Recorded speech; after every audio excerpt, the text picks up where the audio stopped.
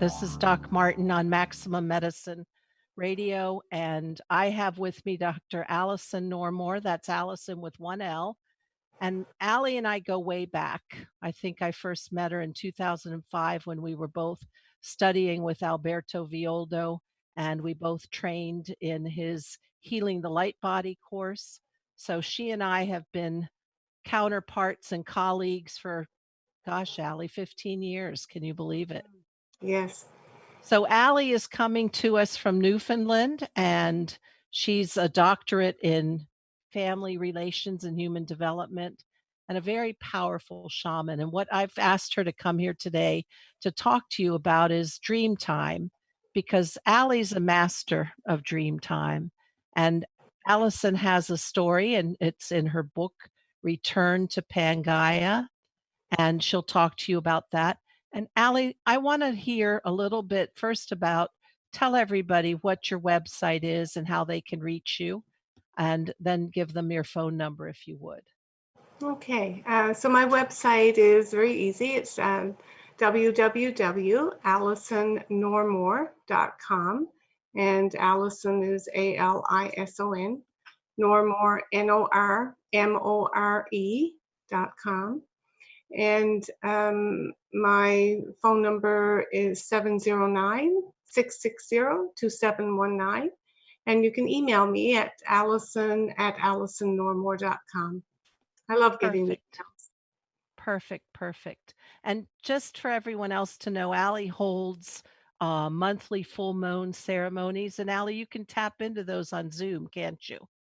Yes, Do you you can. Yeah, we use Zoom technology. Yeah. Perfect. So let's talk today. I want to hear today about dreams, about their value and how it's just not going to bed and having a movie play in your head. So Mm. just give somebody the beginning of insight of how dreams have really changed your life and your future. Well, I think I was dreaming most of my life, or I remember dreams from my childhood. I suspect they may have gotten shut down at some point, um, but I always dreamed. And I was in the midst of finishing up my PhD, actually, and I knew that I was also on the verge of burnout after too many years in academia and all the mental and intellectual work that was involved, which I really enjoyed and found satisfying, but until I didn't, and I realized I was burning out at it. And so I began to meditate, do yoga, and I started to pay more attention to my dreams. I started to write them down and in my meditation time, to reflect on, what they might mean, or um, what they might be telling me about my waking life. And so that was, I think, the big change. That was the game changer for me. And I began to, see and understand that there was something bigger messages coming through the dream time. I began to have what I now know. At the time, it was just fascinating, and I really didn't understand um, what it all meant. But it was so fascinating that I wanted to learn more. I was having what I now know were lucid dreams, out of body experiences during the dream time, and experiencing shamanic initiations. Now, I know that now, but as I said at the beginning, when all of that came tumbling out, and it was quite weird and wonderful, but ultimately it led me away from academia to the shamanic path that you talk about, where I began to understand and get a bigger context for the whole notion of dreaming and what we're tapping into, and that bigger world that's unseen and invisible that we are connected with in the dream time. Yeah, I remember we used to process your dreams. We would talk about them and the symbols that you saw and the letters and the language, even though you had no context for it.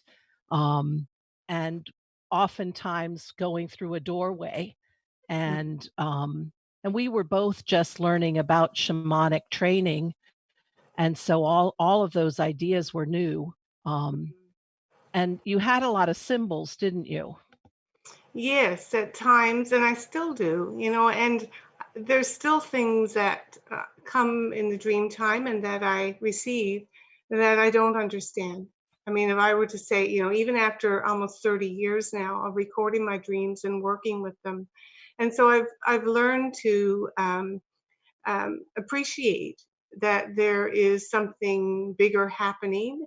That in the dream time, time is not like literal time. So, for example, um, I might have a series of dreams and it be 10 years later that I realize the pattern or I get the answer to something that came to me, quite a long time. Mhm, mhm, So, yeah, some of that is still mystery and still, is in that yeah. realm of mystery, which to me is part of the exciting um, aspect of dreaming. It's not just a code for us to figure out. You can't get a book, which I did at the beginning. I, like most people, I'd be looking up for books about what symbols might mean or what an Mhm, image might mean. mhm, While there are, I believe, some common um, symbols and archetypal language and certain motifs and themes in dreams that are universal and connected, connect us to the collective and to all of life.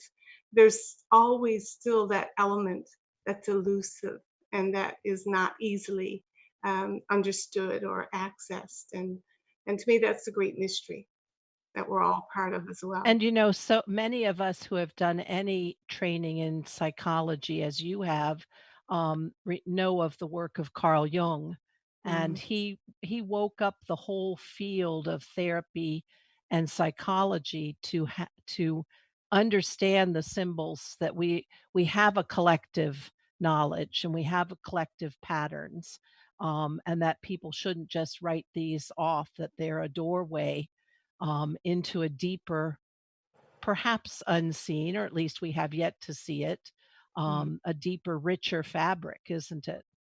Yes, for sure. Yes. And that Mhm, there's in that it's like there's a mythic landscape and each of us are on a mythic journey. And so the dream images are often speak to us of that mythic aspect of our being, that we understand or call different things, our divine nature or our spiritual uh, our soul or that part of us. mhm. And Jung was he was very clear. So when he talked about the psyche is a Greek word for soul, so he really understood that dream work and the realm of dreaming is the place of soul. That's where we, communicate most deeply with that divinity that we are. And then when you started this, Allie, and you took notes way back when and kept journals, and over time it unfolded for you that your dream world was calling you back to the land of your ancestors in Newfoundland. Talk just briefly about that. We'll be taking a break in 3 minutes, but just briefly, how did the dream world bring you back to what you consider home? Well, I was living away from home at the time when you and I met. I was living in Ontario, which is 1,500 miles away from where I was born. I went there for university and I stayed there, and um, and in the dreams, I'd have dreams that brought me back to places in my childhood, and that was a pretty common theme. But I also would have dreams of sometimes I recognize these people as my own ancestors, for example, my grandmother. But other times there would be these, old, women, and and sometimes they'd come up repeatedly in my dreams. I'd be, oh, there's the raisin-faced grandmother again, right? Tiny woman Mhm. with this wrinkly face, dark, and so I just called them the grandmothers. And because I didn't recognize them, they seemed, otherworldly, certainly nothing I could relate to. I mean, as you can tell, I'm, very Celtic, fair skinned. So seeing these dark skinned um, grandmothers, didn't I had no context for that, for understanding. But I did have them repeatedly, and some of these dreams had a more intense.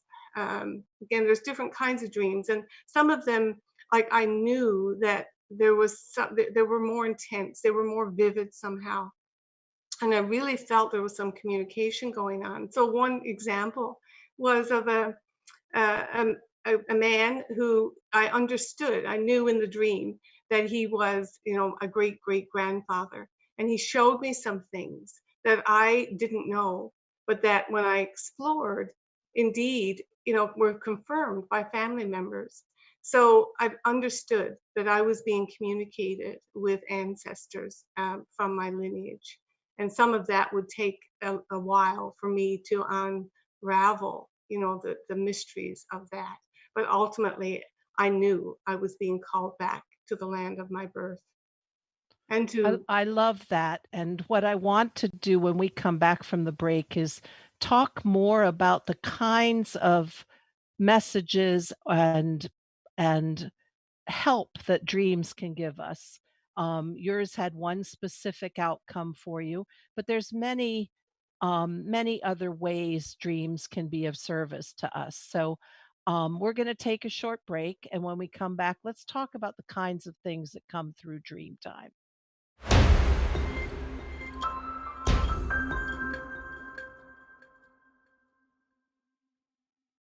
Hi, everyone. We're back. I'm Doc Martin. You're on Maximum Medicine Radio, and I'm here with my very good friend, Dr. Alison Normore. And just we're talking about dreams tonight. And if you have a general question about dreams and you'd like to call in, I have to look at my paper for the number 800 930 2819. We'll take a quick question. I'm sorry we won't have time to help you process any dreams, but Allison, that's the work that she does. Allie, tell them about the course that you have coming up, Oh, okay, you're I've got a creating. course, yeah, a new course coming up. Thanks for asking. Um, Called "What Dreams May Come: Entering into a New Relationship with the Sacred Feminine Through Dream Work." And Cool. in that, it's a 6-week online course.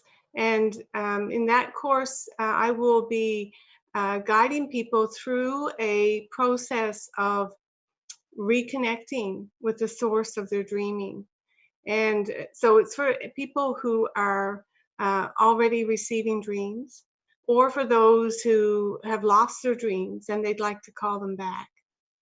And through the 6 weeks, we will be delving into practices and tools to to go deeper with your dream work, to understand the messages, and to be able to receive the medicine that is coming through in the dream time. I love that.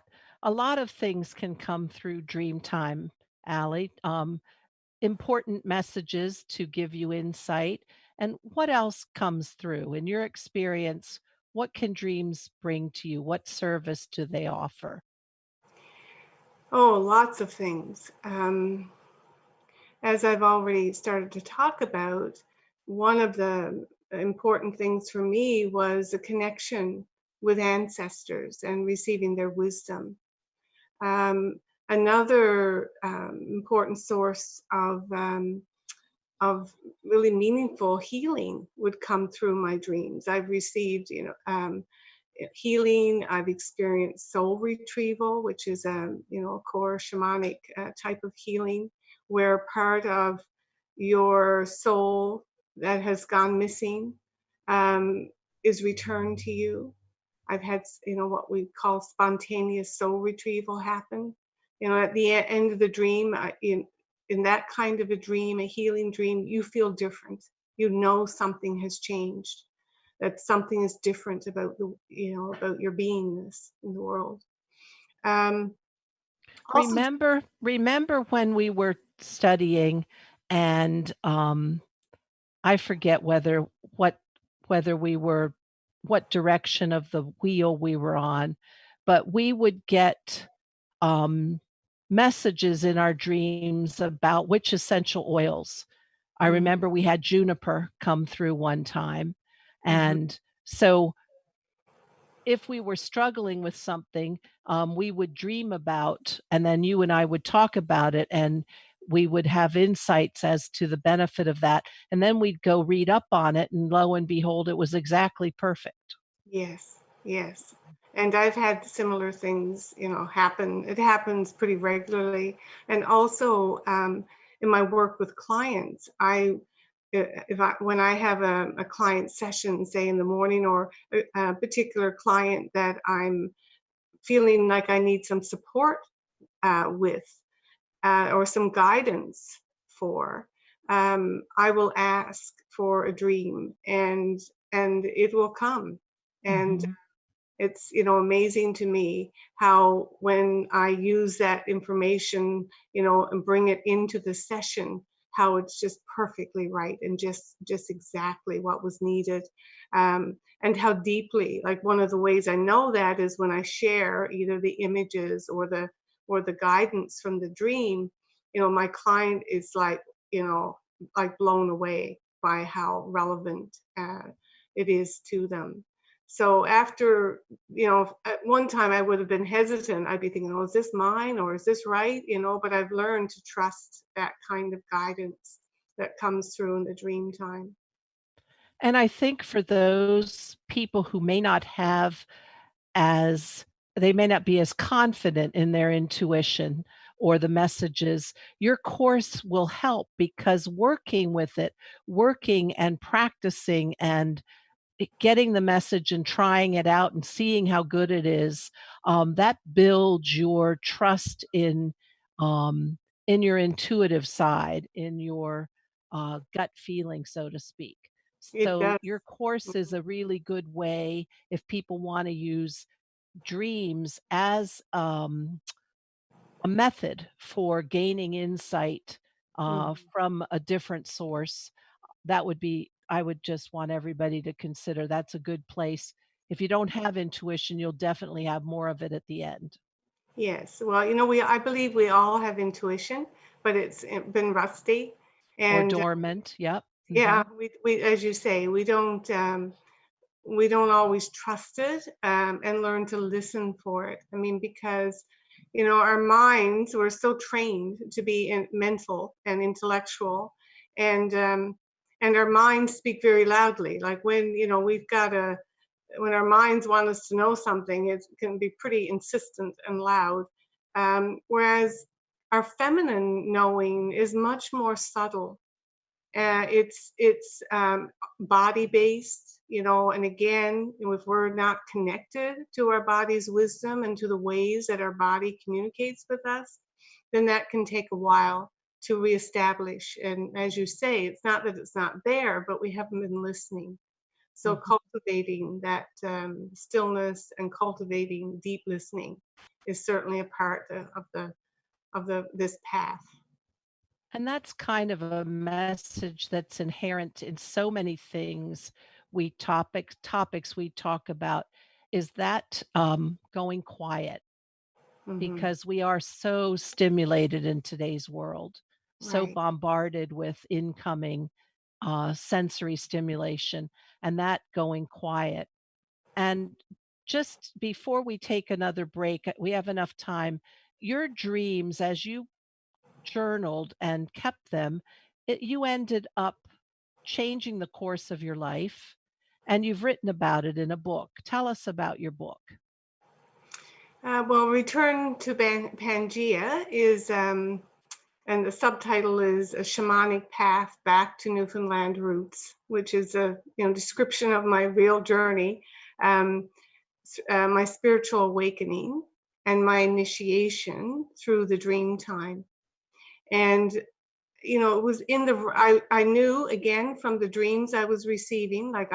One dream I will never forget was while I was still living in Ontario, what was literally a writing desk, and the writing desk I knew was in Newfoundland, and so I mean that that didn't take a lot of unraveling of what that might mean. Metaphorically, I knew the message of that dream was quite clear, that my work when I got to Newfoundland was to write. Mhm. And in the writing itself, the patterns and themes and the connection between the dreams I'd had, the synchronistic encounters I'd had, uh, most of which was documented in my journals, became much clearer and more evident. In fact, if I hadn't sat down to write the book, there are so many dots I would never have connected. And So on your website, if people subscribe to your newsletters, you have a gift for anyone who wants to sign up. Will you talk about that? yeah, I do have a gift of a free chapter of my book for anyone who'd like to subscribe to my newsletters. And of course, if you just want to get the chapter and later on subscribe, I'm quite fine with that. But the book is available on Amazon, and it's available in both digital and soft cover Mhm, format. mhm. You can read Um, there what other people have said about the book. yeah, and again, just a reminder, those messages that you started out not understanding, perhaps maybe you understood 20% of what it meant, but the rest seemed like um, just spontaneous, intermittent stuff. When you journaled and you kept journals, it's been 15 years. How long ago did you move to Newfoundland? 5 10 years years. ago? I've been keeping dream journals for about 20 years. Yeah. So I have So quite a mhm. collection of dreams. Wonderful. Yeah. So again, everybody, if you want to work with Alison, her website is Alison with one L, Normore, Normore.com. And she has a course coming up on dreams and tapping into the deeper wisdom that I really think you ought to look into. And again, you can find all that information on her website. And if you'd like to sign up for her newsletters, you will get a free downloaded chapter of her book. Um, and so that's exciting. I love that because I've watched dreams really make a difference in your life, and that's turned out wonderfully. And you're back home where you belong. Hmm. We're Yeah. going to take a short break. And when we come back, we're going to talk about if you pay attention to your dreams and you actually act on them, how's that going to impact your life? And how can it make your life better? Um, and you have direct experience with that, Allie. So we'll talk about that when we come back.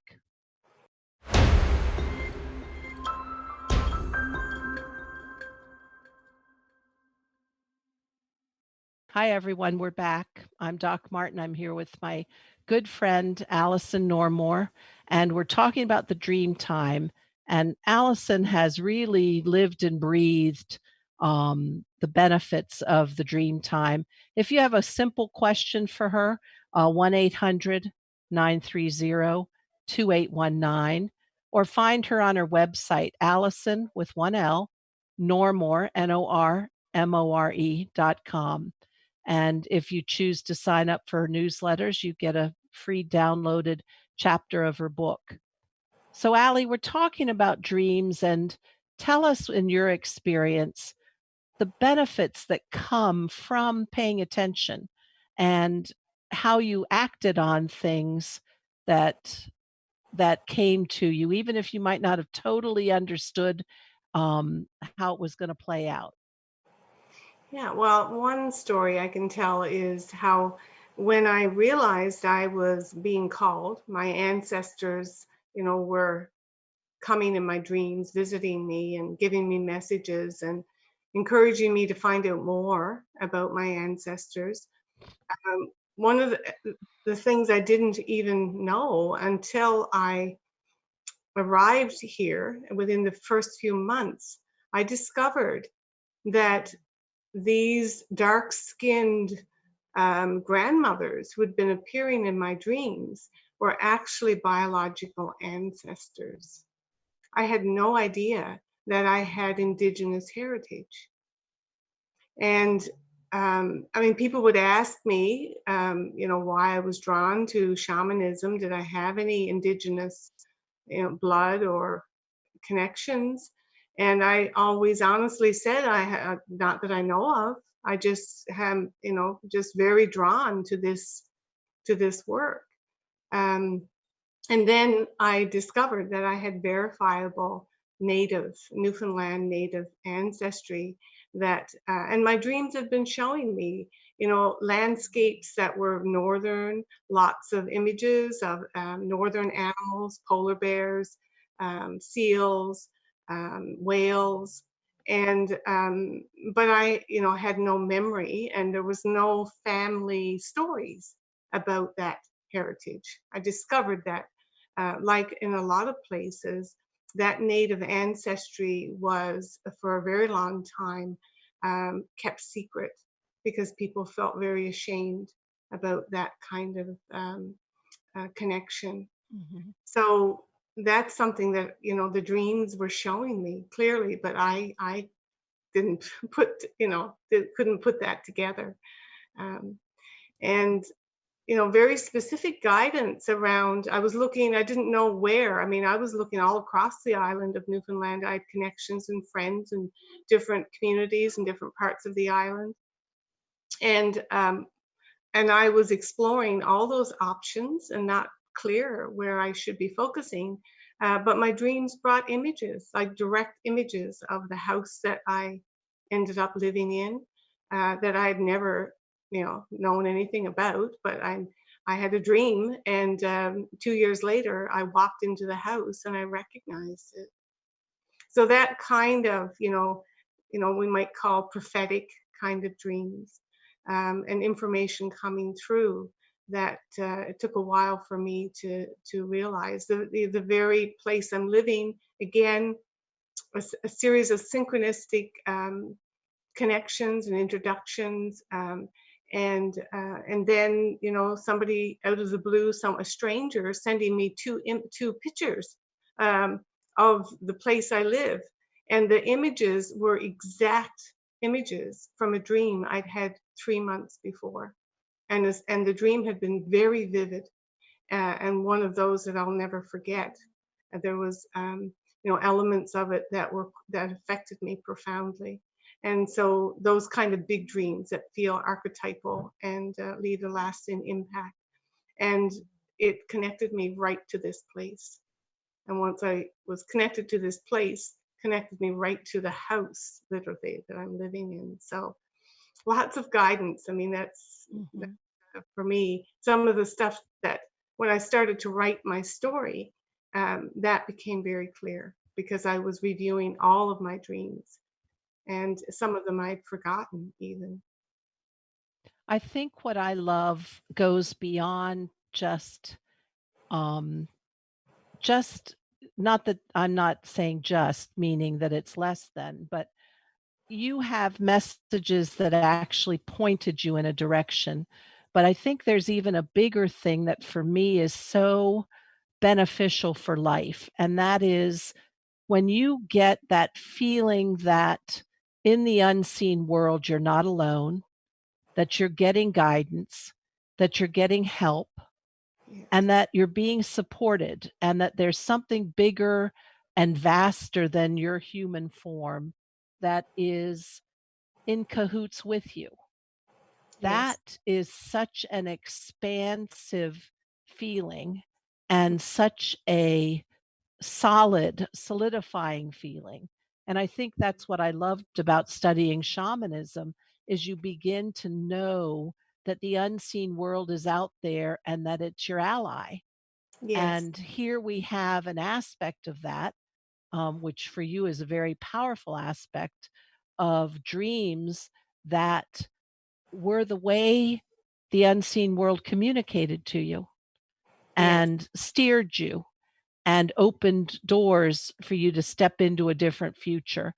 And that is, if I want to think about how rich and beneficial dream time can be, that expansion into the feeling that you're not alone, giving you insight of how to step the next foot forward, improving your creativity.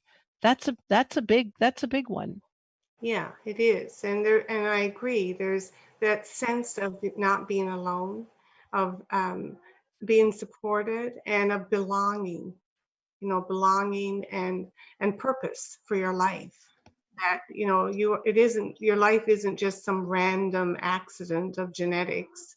Mhm, Um, there is a much bigger unseen realm, and beings who love you and are watching out for you and um, are actively working to support you and to get messages through to you.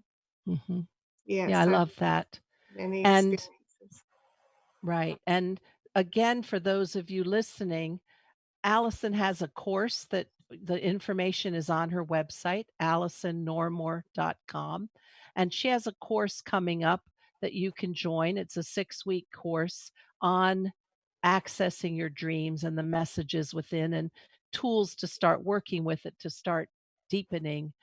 So that will be a really good thing for people to sign up for because I think there's a richness in the unseen world. And at the very least, in dream time, we're quiet enough that things can come through. We're not so quiet in the day to day life, are we? No, no, it's hard. There's so many distractions. And our modern lifestyles and world does not really support the inner life or encourage us, right, Right.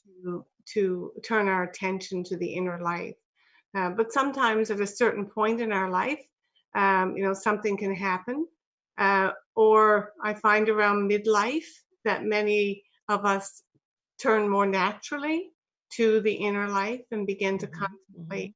those bigger questions about who we are and what we're Right. doing here and what it is that brings us deep, deep fulfillment and happiness. And I think that's one of the reasons so many of us are drawn to indigenous practices because they cultivate a stillness. They work within the stillness and listening to the messages that are more subtle and that are intuitive and building relationships with other creatures and the land. Um, and so Dreamtime is a way those messages can come through. And I like that, and I've seen how it's guided you, and, so again, if people wanna sign up to work with you, I think they'd really have a wonderful learning experience. I think Hmm. that would be great. Hmm.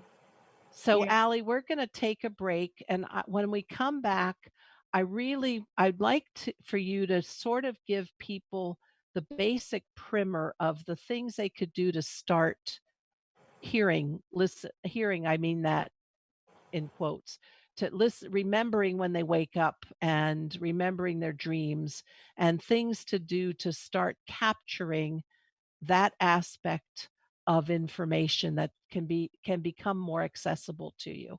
Hmm. So let's talk about that when we come back after a short break.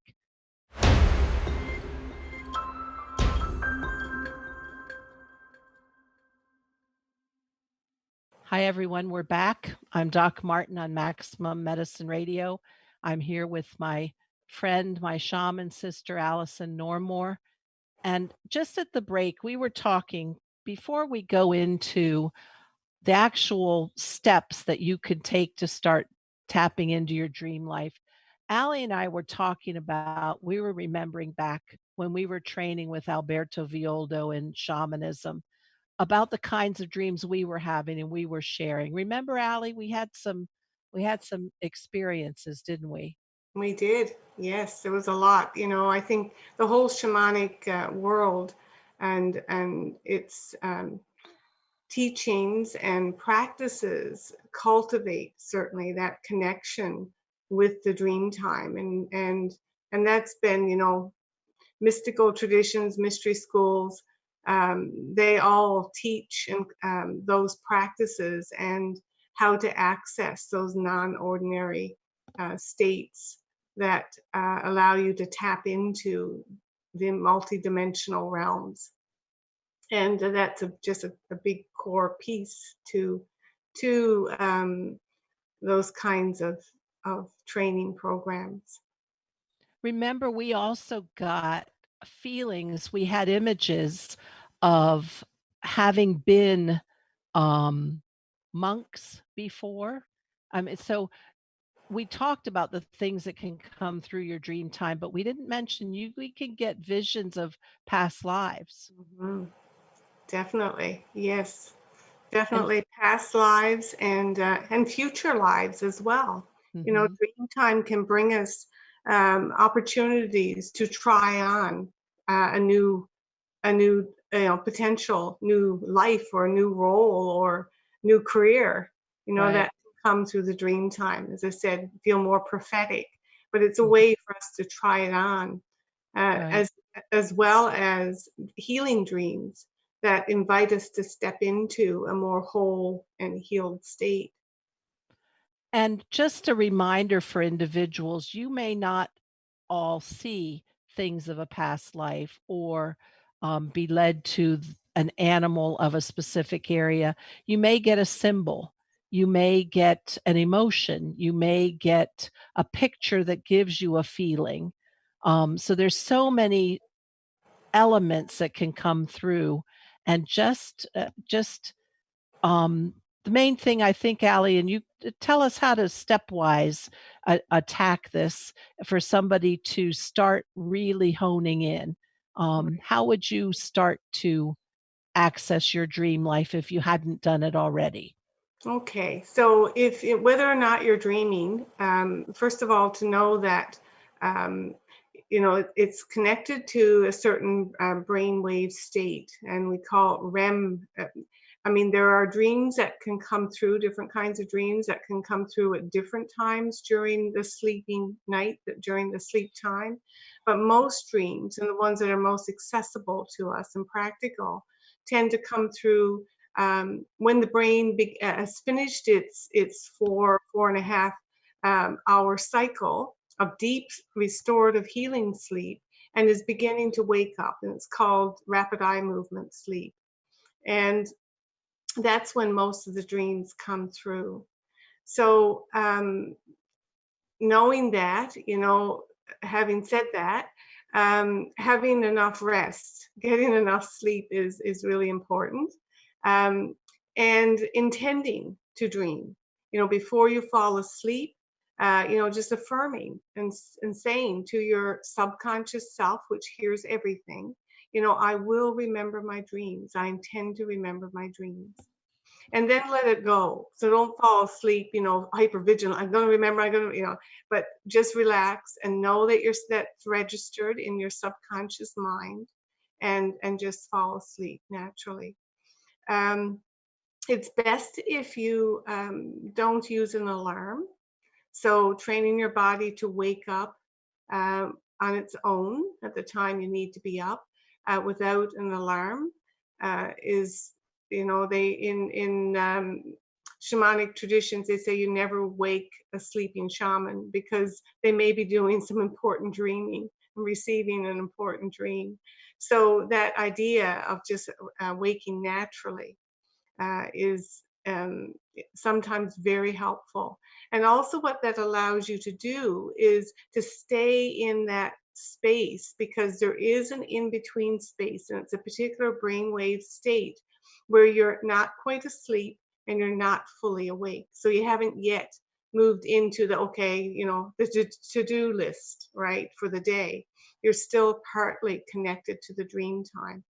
And and so really, they say try not to move, because even just moving your body position can actually jar the dream and just make it disappear. It's Dreams are can be very fragile, and very elusive, and so you need to, give yourself that time to carry them back from the dream time into the waking world. If you just picture a bridge, and this fragile little, infant or something that you're carrying across. And so what you do then is, in that state when you haven't moved and you're still there, um, to think about the dream, and almost like you're pulling the threads of the dream, of whatever you remember, and rehearsing it in your mind, going over it several times, and with as much detail as possible.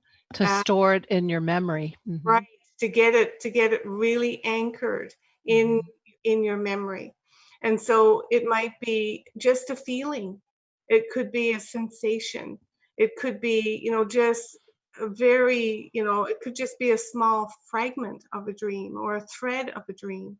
But staying in that space of receptivity, and gently teasing it forward, getting as many details as you can. So what happened before that, you might be asking, because sometimes dreams have the story motive. There's a beginning, and then there's, a middle, and a action, and then a resolution of it.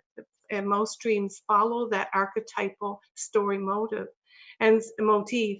So if you whatever you get, and there's no such thing as a non-important dream, to rehearse it, all the details, with as much detail as possible.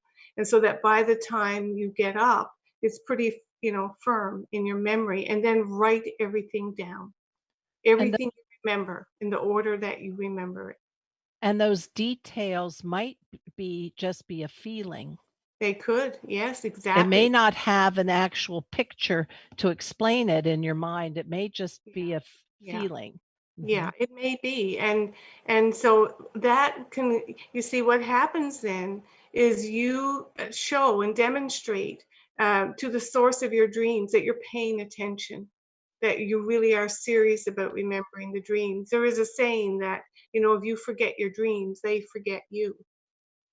So, sometimes one of my dream teachers, Tokuba Turner, talks that she refers to this and describes this as courting the dream.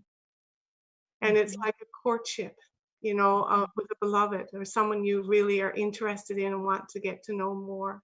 And I love that. I love that metaphor for courting the dream.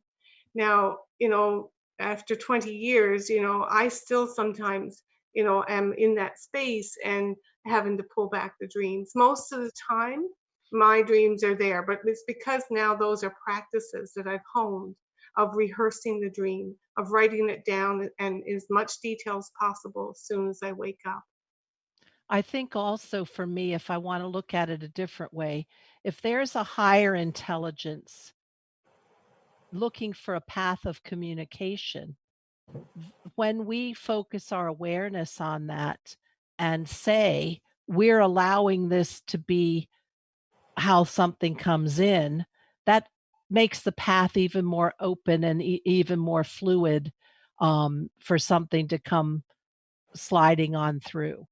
Yes, Um, yeah, so you're telling, the higher intelligence of your higher self, of the spirit world, of, the divine, "Okay, this is something I'm listening to, so you can speak through this channel."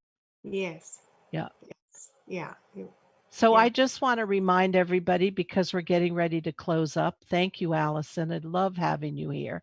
Mhm. AlisonNormore.com, and she has a dream show, course that she's put together that you can find about on her website, and, you can also work with her. She's a powerful shaman and energy healer. I'm so happy we're friends. We've been counterparts now for 15 years, and I've watched her develop her programs. They're phenomenal. She has a full moon circle every month. So, Allie, thank you so much for being here tonight. Oh, what a pleasure to be here. And this was fun. Thank you so much It's for really fun to suggesting do it and this. to have you here. Yep. Yeah. And Jessica, thank you. And everyone, I'm Doc Martin. This is Maximum Medicine Radio. And thank you, Allie. And again, AlisonNormore.com. Look her up. Check her out. Thanks, Jess.